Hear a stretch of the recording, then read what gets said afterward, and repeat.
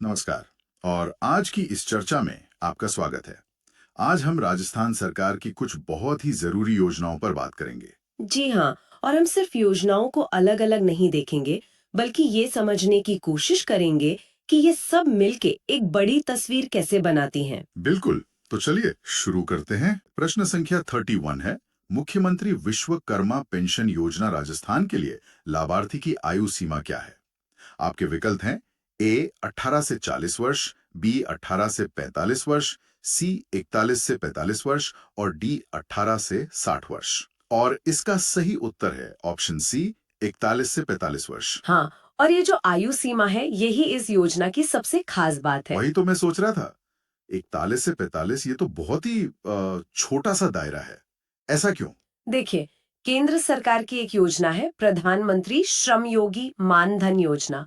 वो 18 से 40 साल के लोगों को कवर करती है। अच्छा। तो सोचिए, जो मजदूर 41 साल का हो गया, वो उस योजना से बाहर हो गया।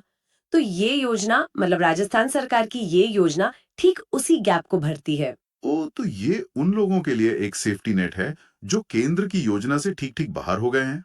एकदम सही। ये योजना खास तौर पर असंगठित क्षेत्र के श्रमिकों, स्ट्रीट वेंडर्स और लोक कलाकारों के लिए है, जो इस एज ब्रैकेट में आते हैं। बहुत दिलचस्प। चलिए इसी योजना से जुड़ा अगला सवाल देखते हैं। प्रश्न 32, मुख्यमंत्री विश्वकर्मा पेंशन योजना के तहत 60 वर्ष की आयु के बाद कितनी मासिक पेंशन का प्रावधान है? विकल्प हैं: ए 1000 रुपए, बी 2000 रुपए, सी 3000 रुपए या डी 5000 रुपए। और सही जवाब है ऑप्शन सी, 3000 रुपए। जी, इसमें लाभार्थी को 60 साल की उम्र तक योगदान करना होता है, कितना योगदान? बस 100 रुपए प्रति माह। और जब वो 60 के हो जाते हैं, तो सरकार की तरफ से उन्हें हर महीने 3000 रुपए की पेंशन मिलनी शुरू हो जाती है। मतलब ये एक तरह का सह योगदान मॉडल है जो बहुत ही मामूली रकम पर एक अच्छी सामाजिक सुरक्षा देता है। बिल्कुल। ठीक है, अब एक अलग विषय पर आते हैं। प्रश्न संख्या 33, राजस्थान सरकार का कर्मभूमि से मातृभूमि अभियान किस उद्देश्य से शुरू किया गया है? ऑप्शंस हैं: ए प्रवासियों को वापस राजस्थान में बसाना, बी भूजल स्तर गिरावट को रोकना और वर्षा जल सहेजना, सी ग्रामीण क्षेत्रों में रोजगार सृजन करना या डी मातृभूमि के प्रति सम्मान बढ़ाना। इसका सही उत्तर है ऑप्शन बी। हाँ, ये अभियान 15 जनवरी 2025 को शुरू किया गया था और इसका सीधा सीधा लक्ष्य पानी की समस्या से निपटना है। राजस्थान के लिए तो पानी एक बहुत ही गंभीर मुद्दा है। बहुत ज्यादा। राज्य में भूजल स्तर लगातार गिर रहा है, तो इस अभियान का मुख्य फोकस वर्षा के पानी को बचाना है। पारंपरिक तरीकों से। जी बिल्कुल। पारंपरिक विधियों को फिर से बढ़ावा देना। यह अभियान प्रधानमंत्री के कैच द रेन संकल्पना से भी प्रेरित है। मतलब ये एक जन आंदोलन बनाने की कोशिश है। एकदम सही। चलिए अगले सवाल पर चलते हैं। प्रश्न 34, पंच गौरव योजना के अंतर्गत निम्नलिखित में से कौन सा तत्व शामिल नहीं है? ध्यान दीजिएगा, शामिल नहीं है। विकल्प हैं: ए एक जिला एक उपज, बी एक जिला एक उत्पाद, सी एक जिला एक खेल और डी एक जिला एक उद्योग। और सही जवाब है ऑप्शन डी, एक जिला एक उद्योग। ये योजना 17 दिसंबर 2024 को शुरू हुई थी और इसके नाम में ही इसका सार छिपा है। पंच गौरव मतलब 5 स्तंभ। और वो 5 स्तंभ कौन कौन से हैं? इसमें है एक जिला एक उपज, जो कृषि से जुड़ा है। फिर एक जिला एक प्रजाति, ये वन विभाग से। एक जिला एक उत्पाद, जो उद्योग के तहत है। एक मिनट, एक जिला एक उत्पाद है लेकिन एक जिला एक उद्योग नहीं है। ये थोड़ा कंफ्यूजिंग है। हाँ, ये बहुत बारीक सा फर्क है। एक जिला एक उत्पाद का मतलब है उस जिले की खास पहचान वाले प्रोडक्ट को बढ़ावा देना, जैसे कहीं की ब्लू पॉटरी। अच्छा, मतलब हैंडीक्राफ्ट या कोई लोकल चीज। बिल्कुल। जबकि एक जिला एक उद्योग का मतलब बड़ी इंडस्ट्री से हो सकता है, तो वो इसका हिस्सा नहीं है। बाकी दो गौरव हैं, एक जिला एक पर्यटन स्थल और एक जिला एक खेल। समझ गया, बहुत अच्छा पॉइंट है। अब आते हैं प्रश्न 35 पर। मुख्यमंत्री स्वनिधि योजना के तहत लाभार्थी को तीसरे चरण में अधिकतम कितनी राशि का ऋण मिल सकता है? आपके ऑप्शंस: ए 10,000 रुपए, बी 20,000 रुपए, सी 50,000 रुपए या डी 80,000 रुपए। और इसका सही उत्तर है सी, 50,000 रुपए। जी, ये योजना शहरी क्षेत्रों के स्ट्रीट वेंडर्स और असंगठित मजदूरों के लिए है। और इसमें ये 3 चरण क्यों है? सीधे 50,000 क्यों नहीं? ये एक तरह से विश्वास बनाने की प्रक्रिया है। पहले चरण में 10,000 रुपए का लोन मिलता है।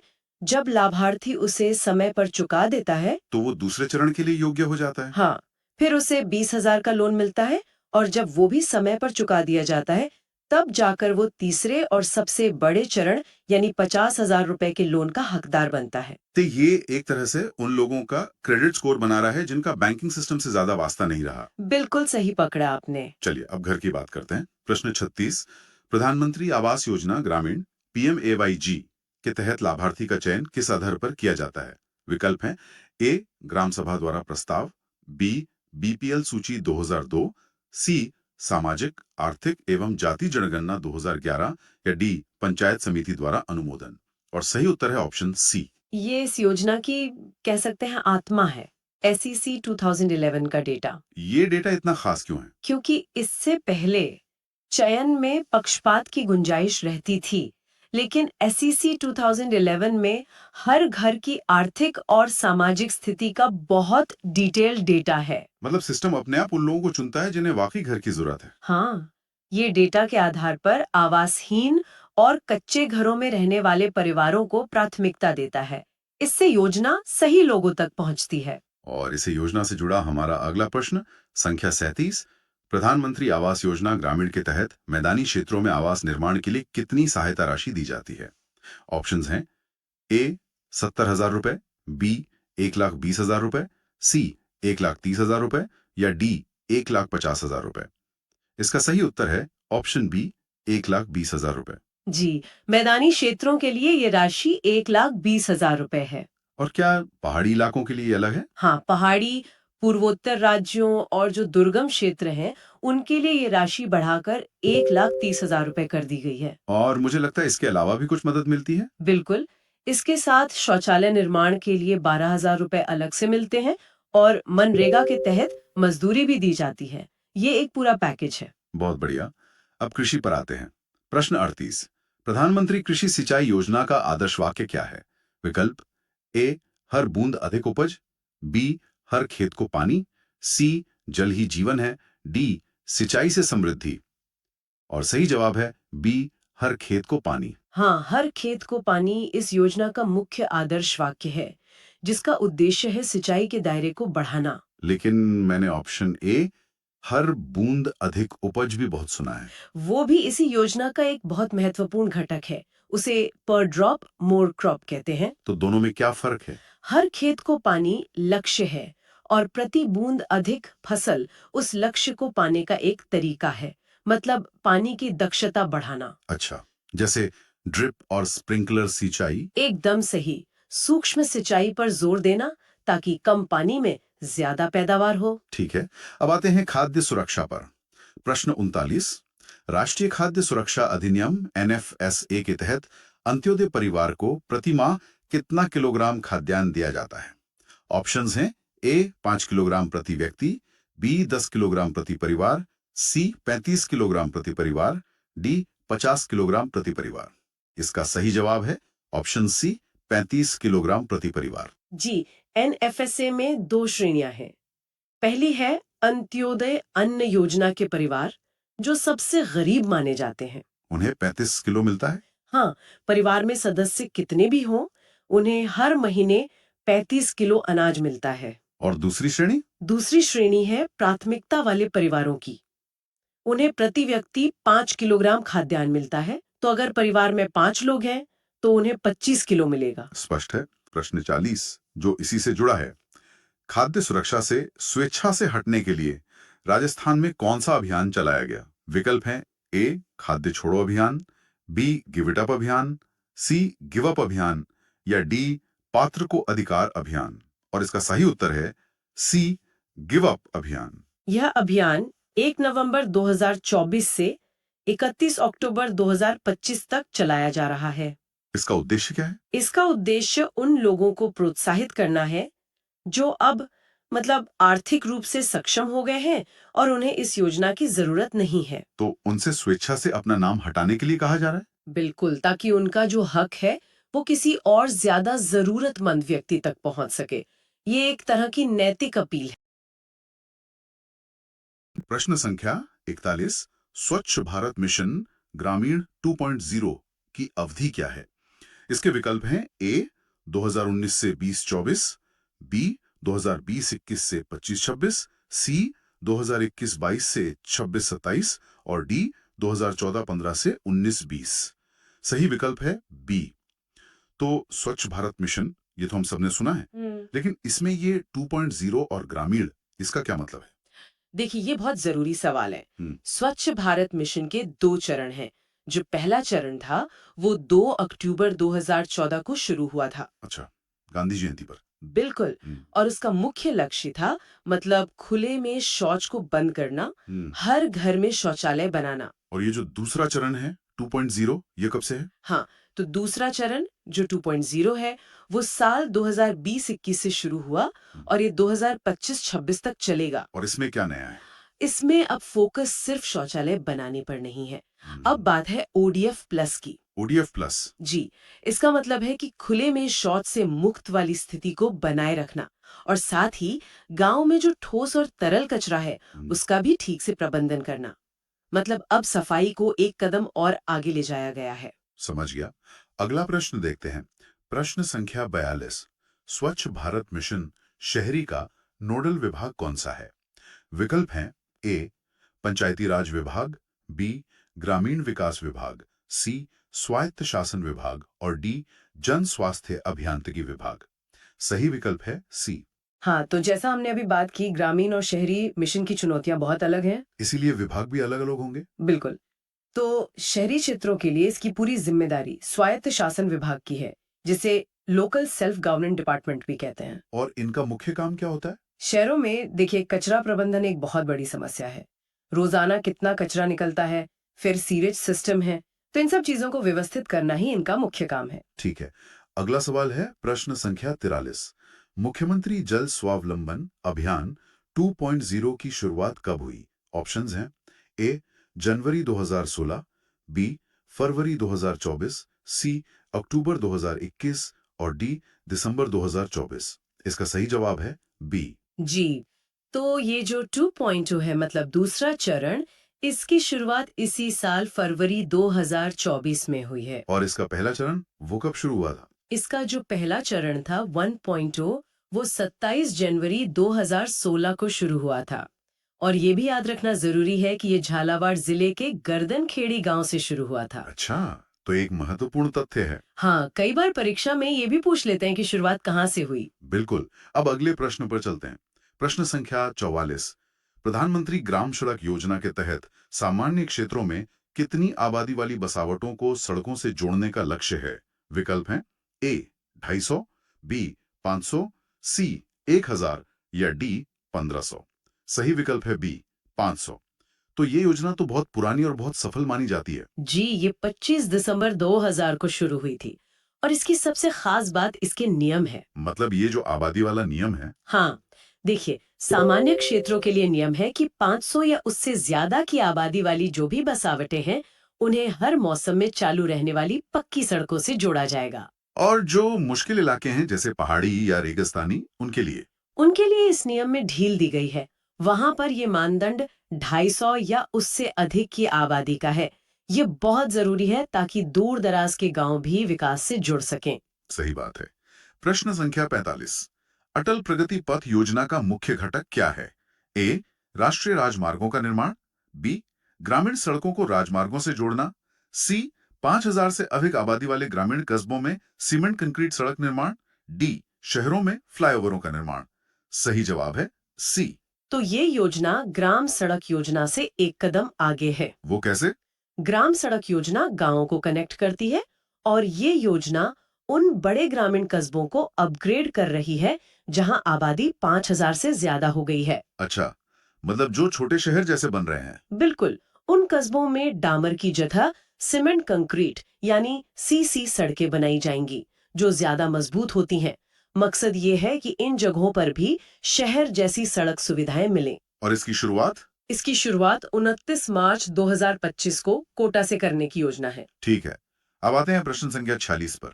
प्रधानमंत्री आवास योजना शहरी PMAYU 1.0 की शुरुआत कब हुई? विकल्प हैं ए 25 जून 2015, बी 17 जून 2015, सी 20 नवंबर 2016, डी 1 सितंबर 2024। सही विकल्प है बी। हाँ, तो प्रधानमंत्री आवास योजना शहरी, जिसे सबके लिए आवास मिशन भी कहते हैं, इसके पहले चरण की शुरुआत 17 जून 2015 को हुई थी। तारीख बिल्कुल सटीक याद रखनी होगी। जी बिल्कुल, और इसमें एक और जानकारी जोड़ सकते हैं कि इसका दूसरा चरण यानी 2.0 वो 1 सितंबर 2024 से शुरू हो गया है। मतलब ये योजना लगातार चल रही है। हाँ, क्योंकि शहरों में किफायती घरों की जरूरत अभी भी बहुत है। अगला प्रश्न, प्रश्न संख्या 47। लाड़ो प्रोत्साहन योजना किस स्थिति के बाद जन्मी बेटियों पर लागू है? ऑप्शंस हैं ए 1 जनवरी 2024, बी 1 अप्रैल 2024, सी 1 अगस्त 2024, डी 14 दिसंबर 2024। सही उत्तर है सी 1 अगस्त 2024। जी, इस योजना की पात्रता के लिए ये कट ऑफ डेट है। मतलब जिन भी बेटियों का जन्म 1 अगस्त 2024 को या उसके बाद हुआ है, वो इसके लिए पात्र हैं। अच्छा, और इसमें एक और तारीख का जिक्र था 14 दिसंबर 2024। हाँ, वो भी जरूरी है। 1 अगस्त से पात्रता शुरू हुई, लेकिन इस योजना को पूरे राजस्थान में लागू 14 दिसंबर 2024 से किया गया। मतलब घोषणा और जमीन पर उतारने में थोड़ा समय लगता है। बिल्कुल, पूरी प्रशासनिक तैयारी करनी पड़ती है। ठीक है। प्रश्न संख्या 48। अमृत 2.0 योजना का नोडल विभाग कौन सा है? विकल्प हैं ए स्वायत्त शासन विभाग, बी पंचायती राज विभाग, सी जन स्वास्थ्य अभियांत्रिकी विभाग, डी जल संसाधन विभाग। सही जवाब है सी। अमृत योजना का पूरा नाम है Atal mission for rejuvenation and urban transformation. नाम तो काफी बड़ा है। हाँ, लेकिन काम सीधा है। इसका मकसद शहरी क्षेत्रों में पेयजल की सप्लाई और सीवरेज का प्रबंधन करना है। तो फिर इसका नोडल विभाग जन स्वास्थ्य अभियांत्रिकी विभाग यानी पीएचईडी ही होगा। एकदम सही, क्योंकि पानी और सीवरेज का काम वही देखते हैं। तो अमृत 1.0 हो या 2.0, दोनों के लिए नोडल विभाग पीएचईडी ही है। चलिए, प्रश्न संख्या 49। मुख्यमंत्री शिक्षित राजस्थान अभियान के तहत जिला रैंकिंग पुरस्कार में प्रथम स्थान प्राप्त करने वाले जिले को कितनी राशि दी जाती है? ए 25 लाख, बी 35 लाख, सी 50 लाख, डी 1 करोड़। सही विकल्प है सी 50 लाख। जी, ये एक बहुत ही दिलचस्प अभियान है। हाँ, इसमें जिलों के बीच एक तरह की प्रतियोगिता है। बिल्कुल, ये त्रैमासिक रैंकिंग होती है, मतलब हर 3 महीने में, और इसमें अच्छा प्रदर्शन करने वाले जिलों को पुरस्कृत किया जाता तो है। पहले स्थान वाले को 50 लाख और दूसरे और तीसरे को? दूसरे स्थान पर आने वाले जिले को 35 लाख रुपए और तीसरे स्थान वाले को 25 लाख रुपए दिए जाते हैं। तो इससे एक स्वस्थ प्रतिस्पर्धा को बढ़ावा मिलता है। हाँ, और जिलों को बेहतर काम करने की प्रेरणा भी मिलती है। चलिए, प्रश्न संख्या 50। जल जीवन मिशन के तहत नल के माध्यम से सभी घरों में जल पहुंचाने वाला प्रदेश का पहला ब्लॉक कौन सा बना है? इसके विकल्प हैं ए गाहोता दूदू, बी मांडल भीलवाड़ा, सी गर्दनखेड़ी झालावाड़, डी भालोजी कोटपूतली बहरोड़। और इसका सही जवाब है बी मांडल भीलवाड़ा। जी, यह बहुत बड़ी उपलब्धि है। जल जीवन मिशन का लक्ष्य ही यही है कि हर घर में नल से जल पहुंचे। और भीलवाड़ा जिले का मांडल ब्लॉक राजस्थान में ऐसा करने वाला पहला ब्लॉक बन गया है। हाँ, 100% घरों में नल से जल कनेक्शन, ये एक बहुत बड़ा मील का पत्थर है। तो परीक्षा के लिहाज से ये काफी महत्वपूर्ण हो जाता है। बहुत ज्यादा। इस तरह की जो पहली उपलब्धियां होती हैं, वो अक्सर परीक्षाओं में पूछी जाती हैं। इसे जरूर याद रखना चाहिए। प्रश्न संख्या 51। पीएम कुसुम योजना के घटक ए के तहत कितनी क्षमता तक के ग्रिड कनेक्टेड सौर ऊर्जा संयंत्र स्थापित किए जा सकते हैं? आपके विकल्प है ए 7.5 एचपी, बी 5 मेगावाट, सी 2 मेगावाट, डी 10 मेगावाट। और सही उत्तर है विकल्प सी। जी, 2 मेगावाट। देखिए, पीएम कुसुम योजना के असल में 3 मुख्य घटक हैं। हाँ, और तीनों के काम अलग अलग हैं, है ना? बिल्कुल। घटक ए जो है वो किसानों को अपनी बंजर जमीन पर सोलर पावर प्लांट लगाने की सुविधा देता है। अच्छा। और इसकी जो क्षमता है वो 2 मेगावाट तक हो सकती है। इससे बनने वाली बिजली वो सीधे ग्रिड को बेच सकते हैं। और बाकी के दो घटक? घटक बी और सी वो दोनों 7.5 एचपी तक के कृषि पंपों से जुड़े हैं। घटक बी नए स्टैंड अलोन सोलर पंप लगाने के लिए है और घटक सी मौजूदा पंपों को सोलराइज करने के लिए है। समझ गए। तो प्रश्न क्योंकि घटक ए के बारे में था, इसलिए सही जवाब 2 मेगावाट है। चलिए, अब अगला प्रश्न देखते हैं। प्रश्न 55। मिशन हरियालो राजस्थान के तहत एक दिन में 2.5 करोड़ पौधारोपण का रिकॉर्ड किस अवसर पर बनाया गया? विकल्प हैं ए विश्व पर्यावरण दिवस, बी हरियाली तीज, सी 76वां राज्य स्तरीय वन महोत्सव, डी अंतर्राष्ट्रीय वन दिवस। इस प्रश्न का सही उत्तर है विकल्प सी। जी, 76वां राज्य स्तरीय वन महोत्सव। ये एक बहुत बड़ी उपलब्धि थी। और ये कब हुआ था? ये 27 जुलाई 2025 को आयोजित किया गया था और ये जो मिशन हरियालो राजस्थान है, उसी अभियान का एक हिस्सा था। एक ही दिन में 2.5 करोड़ पौधे, ये तो वाकई एक कीर्तिमान है। बिल्कुल पूरे राज्य में जन भागीदारी से ये संभव हो पाया। ठीक है। अगला प्रश्न है प्रश्न संख्या 53। नमो ड्रोन दीदी योजना के तहत ड्रोन पायलट के रूप में महिला को कितने दिवसीय प्रशिक्षण प्रदान करना अनिवार्य है? आपके विकल्प हैं ए 7 दिवसीय, बी 15 दिवसीय, सी 30 दिवसीय, डी 56 दिवसीय। और इसका सही उत्तर है विकल्प बी। हाँ, 15 दिवसीय।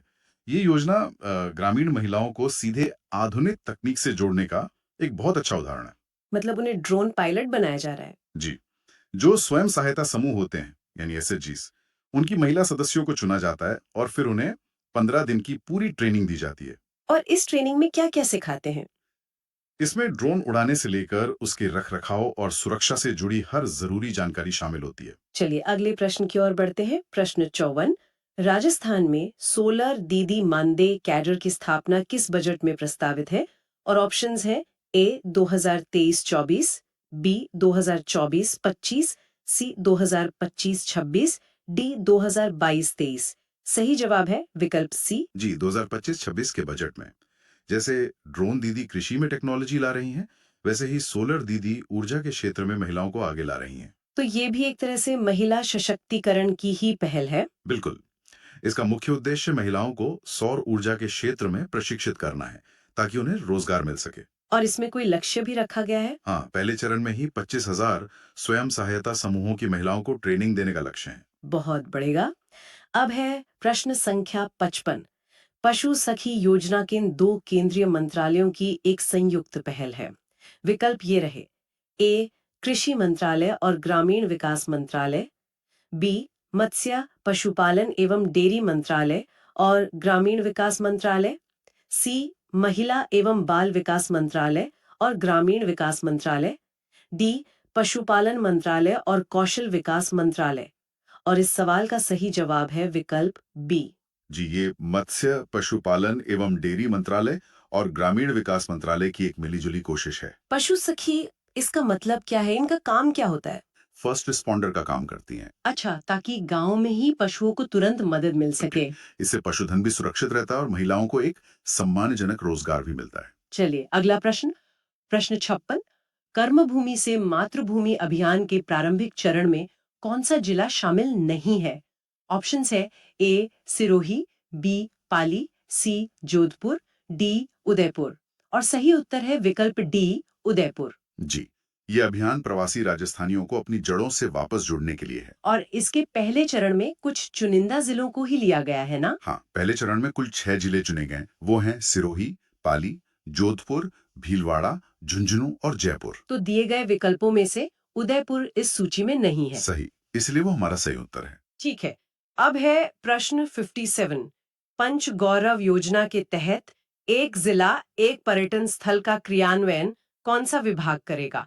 आपके विकल्प है ए उद्योग विभाग, बी पर्यटन विभाग, सी कला एवं संस्कृति विभाग, डी वन विभाग। इसका सही जवाब है विकल्प बी पर्यटन विभाग। जी, पंचगौरव योजना का ये एक बहुत ही महत्वपूर्ण हिस्सा है। इसका मकसद है कि हर जिले से एक खास पर्यटन स्थल को पहचानकर उसे बढ़ावा दिया जाए। राष्ट्रीय और अंतर्राष्ट्रीय स्तर पर। बिल्कुल, उस जगह का विकास करना, उसका प्रचार प्रसार करना, ये सब। और क्योंकि ये काम सीधे तौर पे पर्यटन से जुड़ा है, तो इसकी जिम्मेदारी भी पर्यटन विभाग को ही दी गई है। स्पष्ट है। अगला सवाल है प्रश्न 58। मुख्यमंत्री स्वनिधि योजना और पीएम स्वनिधि योजना में मुख्य अंतर क्या है? विकल्प है ए मुख्यमंत्री योजना केवल महिलाओं के लिए है, बी पीएम योजना में ऋण राशि अधिक है, सी मुख्यमंत्री योजना में असंगठित श्रमिकों की एक विस्तृत श्रृंखला शामिल है, डी मुख्यमंत्री योजना केवल ग्रामीण क्षेत्रों के लिए है। और सही उत्तर है विकल्प सी। हाँ, ये बहुत ही जरूरी सवाल है। नाम एक जैसे होने से बहुत कंफ्यूजन होता है। तो मुख्य अंतर इनके लाभार्थियों के दायरे का है। बिल्कुल। जो केंद्र की पीएम स्वनिधि योजना है, वो मुख्य रूप से सिर्फ स्ट्रीट वेंडर्स यानी रेहड़ी पटरी वालों पर केंद्रित है। और राजस्थान की मुख्यमंत्री स्वनिधि योजना? उसका दायरा बहुत बड़ा है। उसमें स्ट्रीट वेंडर्स के अलावा भवन निर्माण श्रमिक, हस्तशिल्प कारीगर, गिग वर्कर, ट्रांसपोर्ट वर्कर, यहाँ तक कि घरेलू कामगार भी शामिल हैं। तो ये कहीं ज्यादा समावेशी हैं। चलिए अब देखते हैं प्रश्न 59। प्रधानमंत्री आवास योजना ग्रामीण पीएमएजी की अवधि कब तक बढ़ा दी गई है? आपके ऑप्शंस है ए 2025-26, बी 2026-27, सी 2028-29, डी 2030-31। सही जवाब है विकल्प सी। जी, 2028-29। ये एक बहुत ही महत्वपूर्ण अपडेट है जो अगस्त 2024 में केंद्रीय मंत्रिमंडल ने मंजूर किया। तो योजना को आगे जारी रखने की मंजूरी मिल गई है। जी, और सिर्फ अवधि ही नहीं बढ़ाई गई है, एक नया लक्ष्य भी तय किया गया है। अच्छा, वो क्या है? और इस बढ़ी हुई अवधि में 2 करोड़ अतिरिक्त घर बनाने का लक्ष्य रखा गया है, ताकि कोई भी पात्र परिवार बिना पक्की छत के ना रहें। और अब आज का आखिरी प्रश्न, प्रश्न संख्या 60। स्वच्छ भारत मिशन ग्रामीण में केंद्र और राज्य का वित्त पोषण अनुपात क्या है? विकल्प है 50, 10, 25 40। और इसका सही उत्तर है विकल्प डी। जी, 60-40। स्वच्छ भारत मिशन ग्रामीण एक केंद्र प्रायोजित योजना है, मतलब इसमें केंद्र और राज्य दोनों पैसा लगाते हैं। तो इसका मतलब ये हुआ कि कुल खर्च का 60% हिस्सा केंद्र सरकार देती है। आपने बिल्कुल सही समझा, और बाकी का 40% हिस्सा जो है वो संबंधित राज्य सरकार वहन करती है। अच्छा, क्या ये सभी राज्यों के लिए एक जैसा है? नहीं, ज्यादातर सामान्य राज्यों के लिए यही अनुपात है, लेकिन जो उत्तर पूर्वी या हिमालय राज्य हैं, उनके लिए ये अनुपात 90-10 का होता है। मतलब वहाँ केंद्र ज्यादा मदद करता है। हाँ, समझ गई। तो राजस्थान के लिए ये 60-40 ही है। तो आज के लिए बस इतना ही। इन प्रश्नों का अभ्यास करते रहें। जी, हम जल्द ही मिलेंगे अगले सत्र में कुछ नए प्रश्नों के साथ। धन्यवाद।